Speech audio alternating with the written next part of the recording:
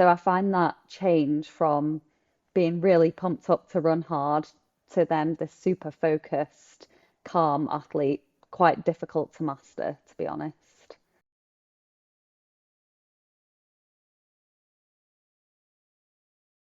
So the modern pentathlon, like this looks like to me a wild mix of different events. How did this come together? Modern pentathlon is an old war sport, and basically it's designed for if you're in the military, you're supposed to be able to sword fight, ride a horse, shoot a gun, and then if you're being chased by someone, you have to be able to run away or swim across a river. Did the sports go together? When I tell most people what's in the pentathlon, they say that's really random, such a random array of sports. But if you think about the skills that you would need to go to war, they actually fit together. So it kind of works like that. I need such an array of skills to be able to be the best at each discipline. So how did you get into it? So when I was young, I used to run and swim a lot, and in the UK we have these schools biathlons, and it's just basically for school kids, you go and compete at running and swimming. And then it's basically modern pentathlon's way of recruiting people. So I did those competitions, did quite well, and they had taster shooting sessions, taster fencing sessions, and I kind of liked it. I was like, this is so cool. I'm shooting a gun here and stabbing someone with a sword. I was, yeah, young me was absolutely loving it. It does when you kind of think back to it, right? Like early 19th century, like, oh yeah, that makes complete sense. Maybe it's just now that it seems like kind of a more random mix of things, I guess. It seems like a really interesting sport. Is it popular or is it not a super popular sport? I think it's more popular than people would imagine. The problem with it is obviously it's really time consuming doing five sports, and I would say the top level, there's quite a few of us, and it's really the standard's really high, but I guess it kind of misses that intermediate level where when you go to a run club, you see people with all sorts of abilities, but in pentathlon, you don't really get too many people doing it as a hobby. You get the odd few, but not so many people do it as a hobby. Yeah, there's not like local events. Like I can think of here in the United States, like we have local triathlons all the time. I don't, it's kind of like you're either at the highest level or nobody's doing it. Yes, I think in the United States as well, I actually don't think pentathlon is very popular. It's a lot more popular in Europe. Is it a sophisticated sport? For some reason to me it seems like a gentleman or a gentlewoman sport. Yes, I would say so. I would say so. I don't want to sound snobby or anything like that, and I want it to be as inclusive as possible. But yeah, it does feel a bit like that sometimes, just because to get into pentathlon, you have to have some sort of money to be able to buy the kit and go to the training sessions. Obviously, I'm fully paid for now because I'm part of Team GB, so that's not a problem. But when I was growing up for my parents, they've been so supportive, having to take me to all these different training sessions because I absolutely loved it. And then I was always like, oh, I need a new épée for fencing, or I need some new trainers, and it definitely adds up. Yeah, and I could see that's one of the reasons maybe why it's not more popular. It's like there's a barrier to entry, but I think that there's a lot of sports that there's a barrier to kind of entry in that regard. So if we can, let's kind of go through the different sports. So for the fencing part, what are you doing for the fencing part?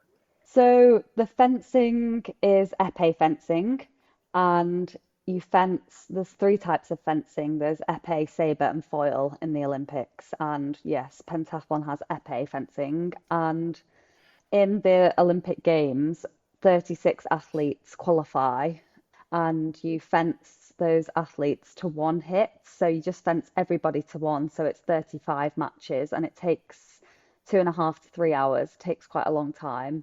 and you get points based on how many hits you've got. For example, if I had 18 hits and someone else had 17 hits, I would have five more points than them, and you just get five more points for every single hit that you get. So, oh, I should have done this really from the beginning. But is there an order to it? Like you always go this in terms of the sports. Yes, there is, yes. So I'll just talk about the Olympic Games format because that's the easiest. Day one of competition is the fencing ranking round. So that's when you fence everybody to one hit. And then day two of competition will be the semi-final day. So you ride, um, and that's a show jumping course of 10 jumps, about 1 meter 10. Then you do the fencing bonus round, then the swimming, which is 200 meters, and then the laser run, where you do five 600s running with shooting in between. Oh, you're doing the cross country running. So you run 500 or 600 meters, then you shoot, then you run, then you shoot. And the total is five 600s with four shoots, so it's 3K run total. Which one of like if you look at those events, which one would you say is the hardest event? They're all difficult in their own right, and I think different athletes find different sports more challenging than others. Uh, so I would say for me personally, I find the shooting to be most challenging because when you run before a run race, and any runner will know this, your adrenaline's really high and you're ready to run hard. You're kind of shaking a bit with the stress. And then you run and you kind of release adrenaline as you run, and your heart rate goes up, your breathing goes up. But then you have to kind of, when you come into the shooting range, you have to take your body to the opposite extreme of that. You have to calm your breathing right down, calm your heart rate right down, not panic, try and decrease adrenaline so you're not shaking, and just be totally and utterly focused on what you're doing and your process. So I find that change from being really pumped up to run hard to then this super focused, calm athlete quite difficult to master, to be honest. Is there any kind of strategy in that regard? Like, okay, I could run faster, but then I will miss the shooting. I don't think it's a case of if I run faster, I will be worse at the shooting. I think it's more you have to pace you run so you don't run out hard. But any you would do that in any running race as well. But I don't hold back on the run because I don't want to waste the seconds. I want to win, so I go as hard as I can over 3K basically. But about 20, 30 meters from the range, from the shooting range, I will slow down. I will shake my arm out. I have a thought process which I go through as I come into the range. So I'm in the correct headspace for when I pick up my gun to make sure that I am focused.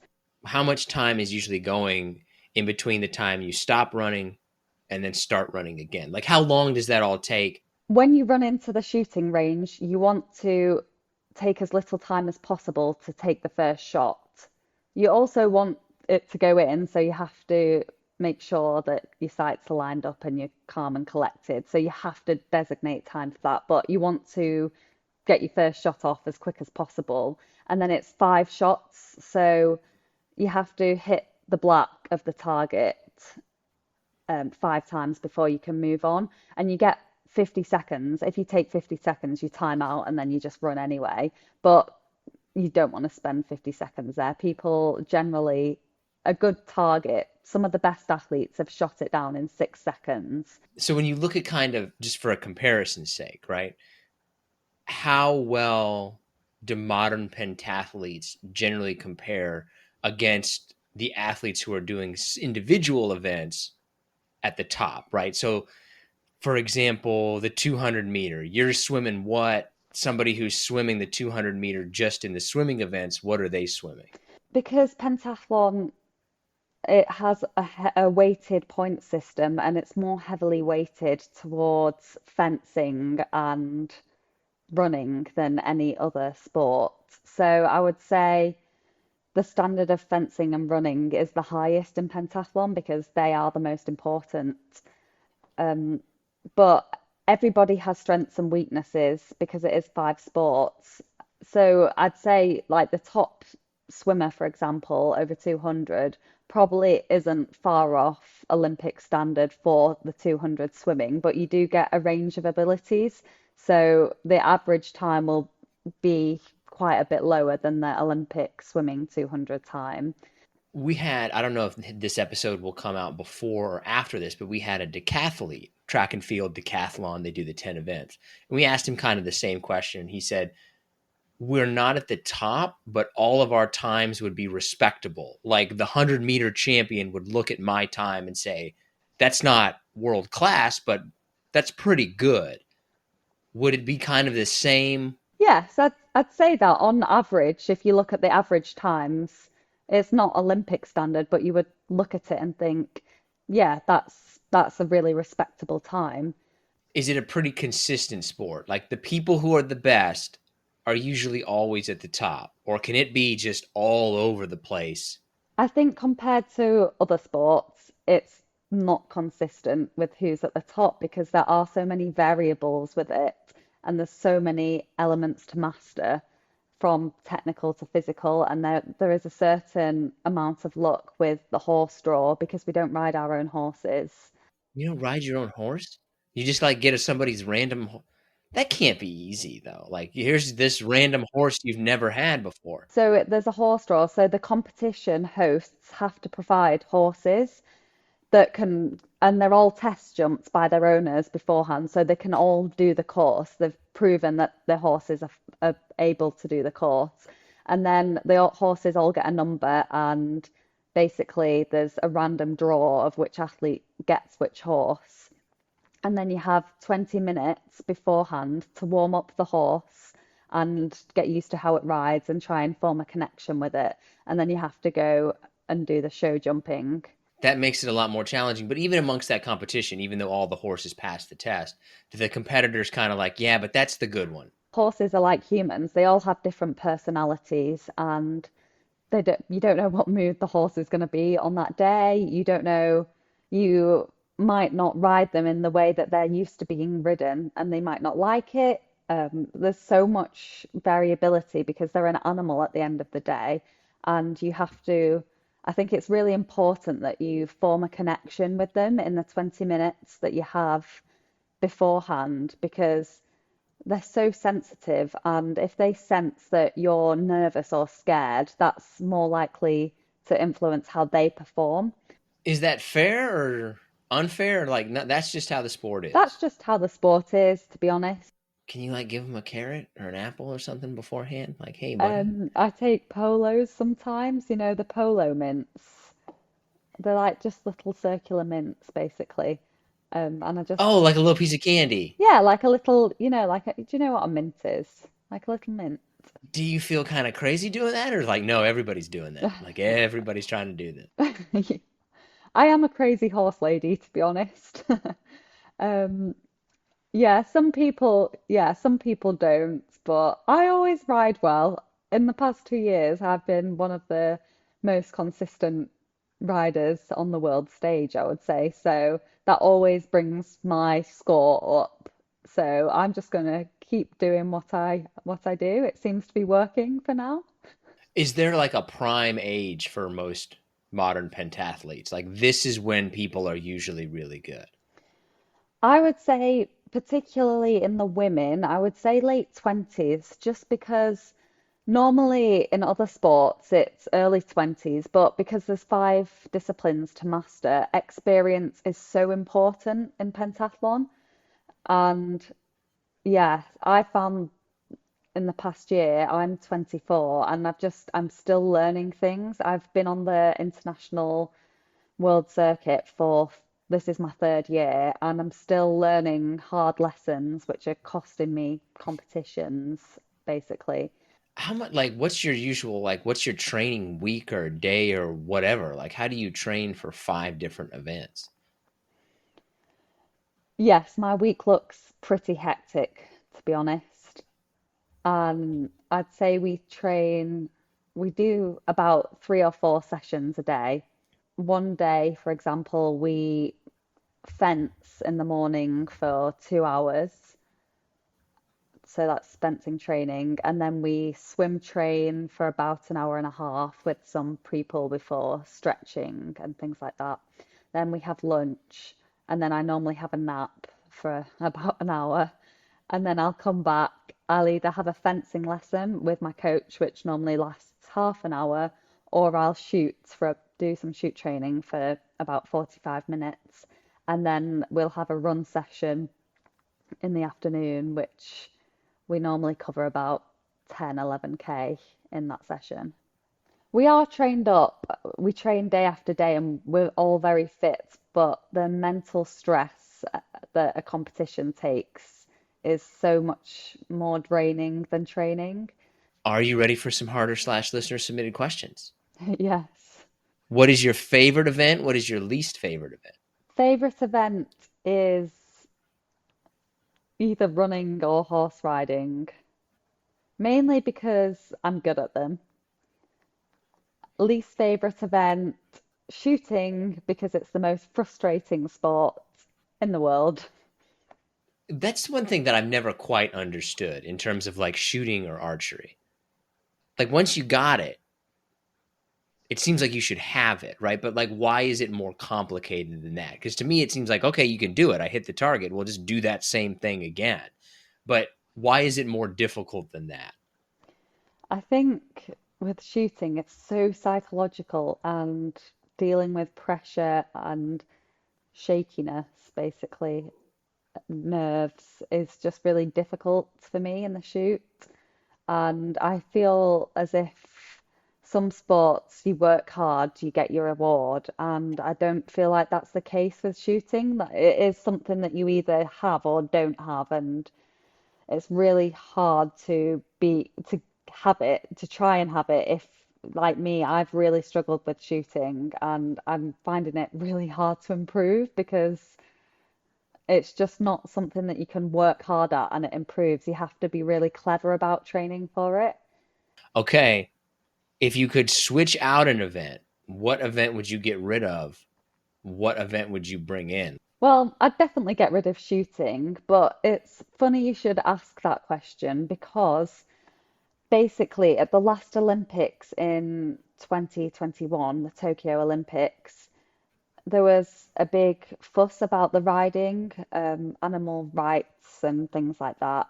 And there was this incident with a German girl who was kind of crying on the horse. She was in the Olympic gold medal position, and if she'd had a good ride, she would have won the Olympics basically. And the horse, she wasn't getting on with the horse for whatever reason. I think it had been upset by a rider that had ridden it previously, and essentially there was a big uproar about riding. So the international body of pentathlon, the kind of governance of pentathlon, decided to get rid of horse riding out the sport and replace it with obstacle course racing.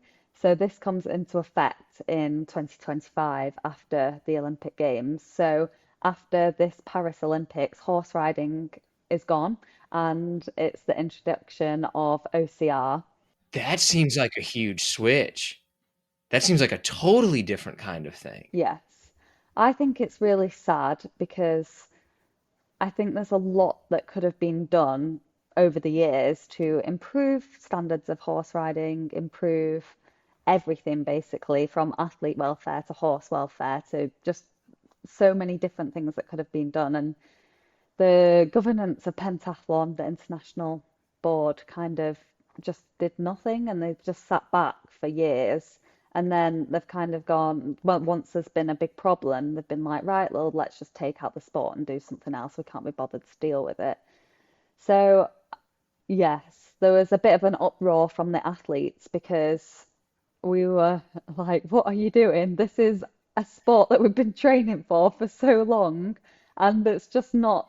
It's been like this is the sport. It's been like this for 100 years. It's one of the oldest Olympic Games sports. It's a really traditional sport, and I know there's so many more modern sports coming in now. So it'd be nice to have the contrast between the modern sports at the Olympics and a really traditional sport.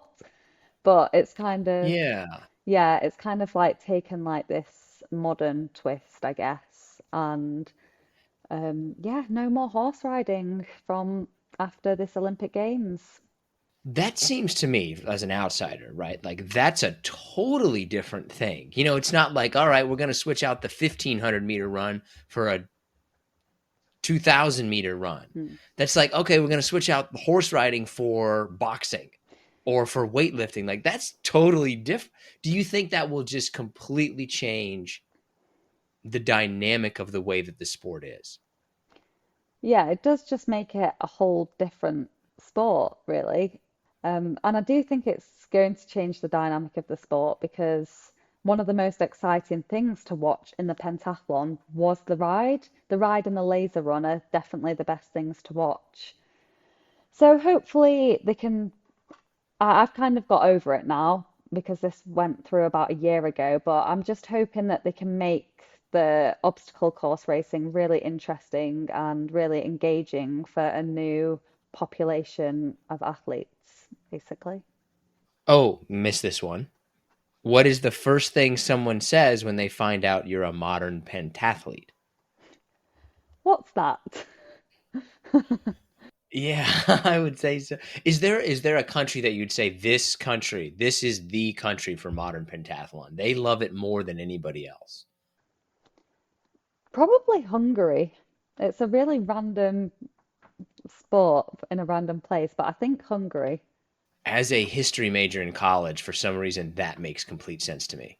Yeah, It seems like that kind of old world sport, so to speak. yeah.